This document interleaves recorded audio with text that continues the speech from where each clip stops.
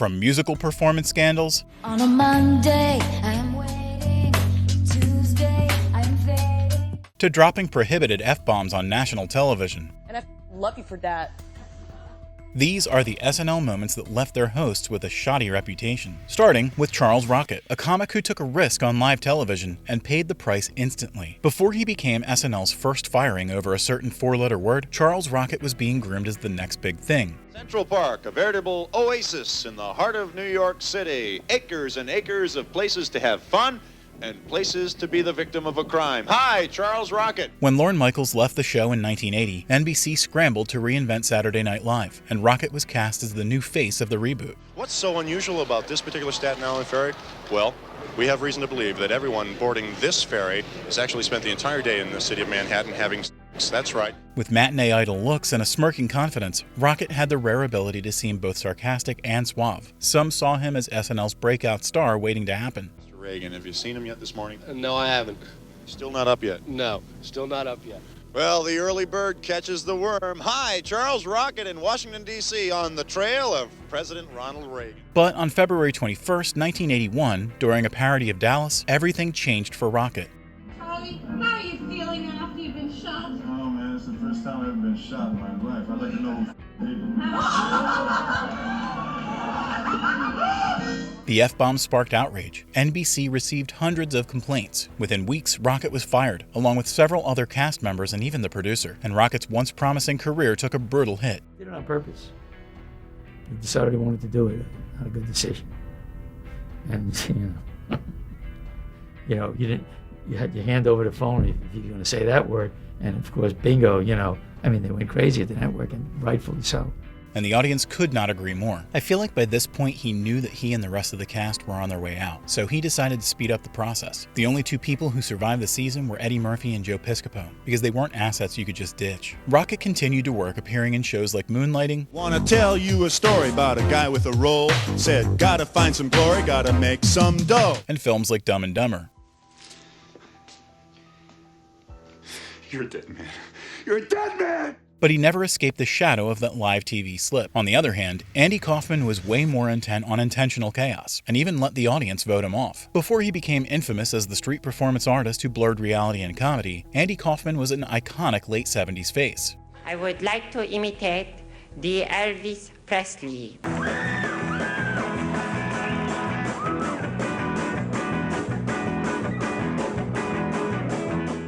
He delivered mild, slightly awkward, offbeat impersonations on Saturday Night Live, as a quirky comic with a gentle oddness. Stare at me while I catch my breath.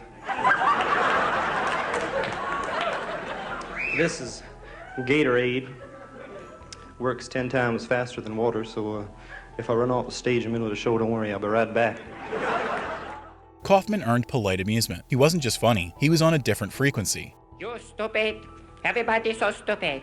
You meathead, get out of my chair. You dingbat, go in the kitchen, make me the food.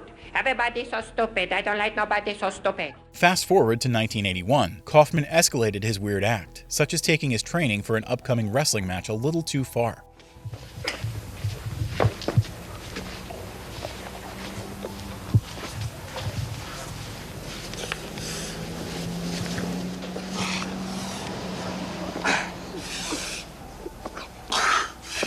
Baby, that's what's just gonna happen to you, Lawler. See? Come on, baby. Come on. Andy, I think you really hurt her. Doesn't matter. She doesn't have any money. She's poor. She can't sue me. These wrestling routines earned him confusion, anger, and even outrage from the audience. To win the $1,000.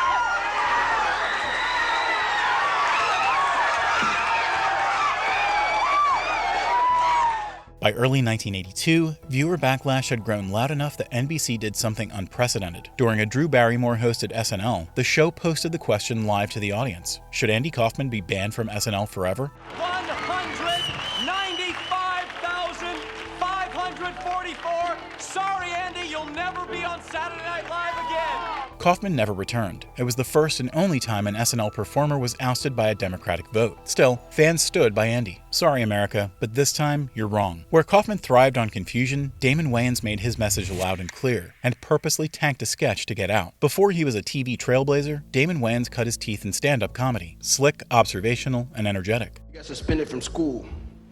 Told the teacher her breath was stinking. My sister got all bent out of shape. I told her, don't beat him, don't hit him. He was just expressing himself. You can't beat him for that. I wish I could tell somebody their breath stink. You ever be talking to somebody, breath be kicking? Be burning the hair out your nostrils? Wayans looked like the next great Saturday Night Live ensemble member, with clean impressions, punchy one-liners, and an easy stage presence. When you ain't got money or insurance, they don't fix your teeth, they pull them. No matter what's wrong, we're gonna have to pull that out.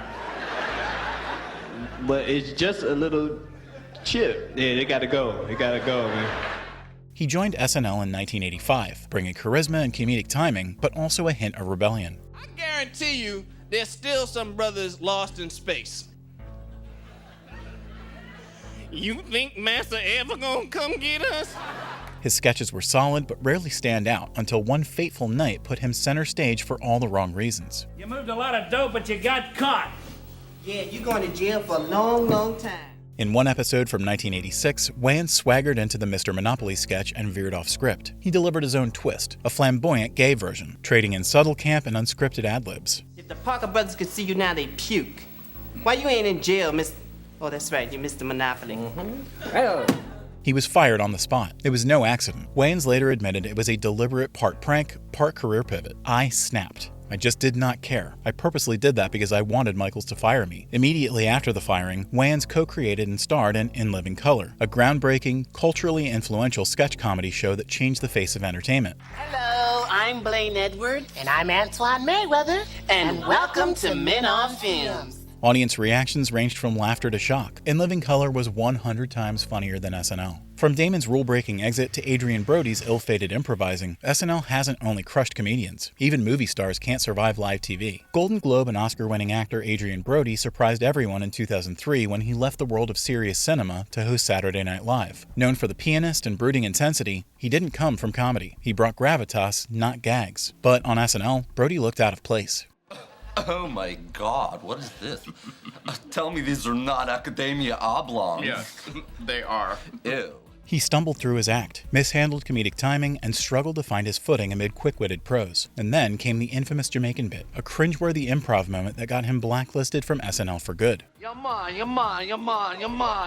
Jamaica, man, you know, Rastafari, you got the whole family in the house, me got Sean Peter, you got Sean Paul, you got Sean Mary, you got Sean John. The audience sensed it. He wasn't delivering laughs the way fans expected. Every time I feel embarrassed, I think about him doing this, and I feel a little better about myself and my choices. Brody's stint with SNL may have flopped, but his career didn't. He returned to acclaimed roles in The Village, Predators, and Peaky Blinders, proving the lesson wasn't career-ending, just a reminder of where he shines best. On the other hand, Ashley Simpson's SNL downfall didn't come from what she said, but from moving her lips at the wrong time. Before she crashed on Saturday Night Live, Ashley Simpson was riding high. She burst onto the music scene in 2004 with top 10 singles like Pieces of Me and glossy teen pop appeal, welcomed by mainstream audiences and MTV regulars alike. With her polished image and relatable lyrics, Ashley was a safe bet. Not edgy, not raw, but dependable. She was booked to host SNL in October 2004, returning after her successful acting stint on Seventh Heaven. But it all unraveled during her second performance of Pieces of Me.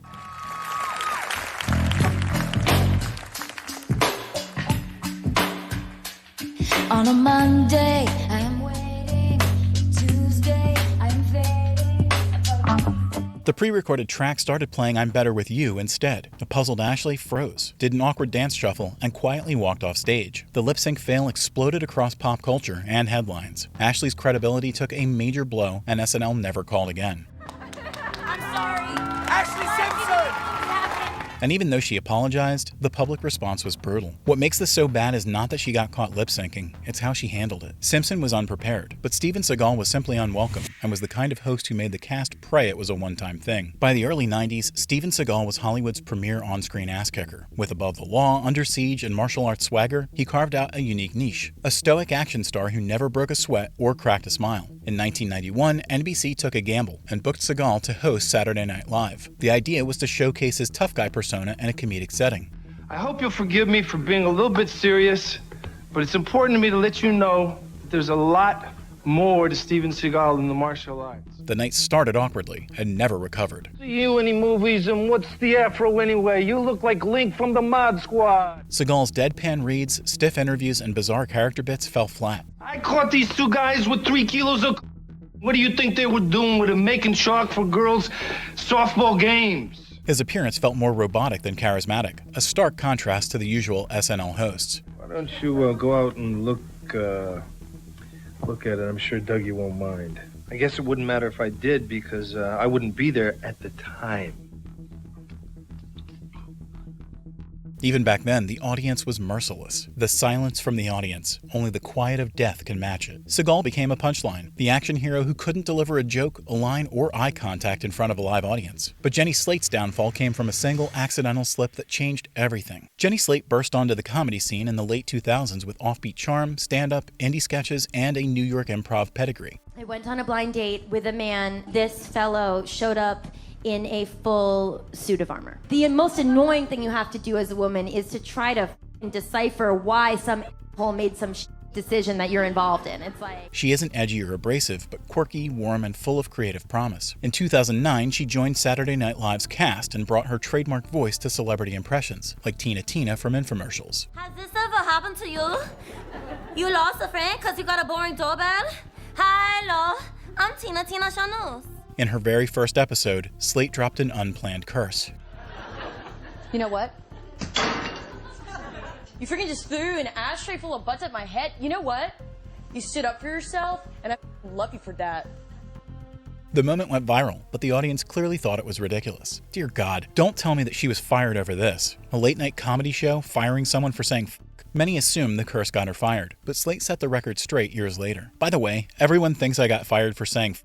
I didn't. That's not why I got fired. I just didn't belong there, she said. I didn't do a good job. I didn't click. I have no idea how SNL creator Lorne Michaels felt about me. However, the audience seemed not to buy her narrative. Said the F word in a sketch and got in trouble, and she was like, they just don't like me. Slate's mistake happened live, but Shane Gillis didn't even make it that far. His past caught up before he hit the stage. Before the SNL scandal, Shane Gillis was an up-and-coming stand-up comic in the late 2010s. He earned buzz for his raw, unfiltered style, roping in audiences with red state jokes, barroom riffs, and a no-filter persona that felt authentic, if rough around the edges. That's all I listen to. I just ride around, listen to people brag about how good they are. I don't think I've ever made a girl make a sound with my except like when I lay on them at first and they're like, oh. That's it, just, oh, Jesus, mister.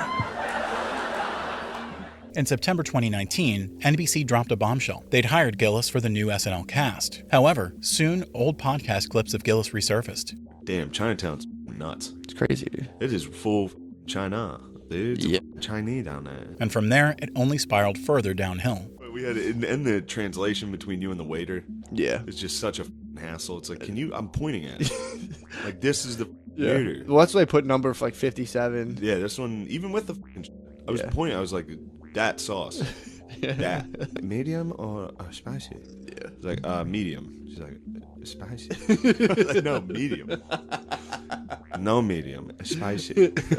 The outrage came fast. Media outlets condemned the hiring decision. NBC scrambled while social media erupted. A Saturday Night Live shakeup. The show firing one of its new cast members before he even appeared on the broadcast. This comes after past racist remarks surfaced. Plenty of his fans rushed to defend him, standing by his side despite the backlash. It's like someone went back in time and made this a big deal on purpose to save our boy from being on SNL.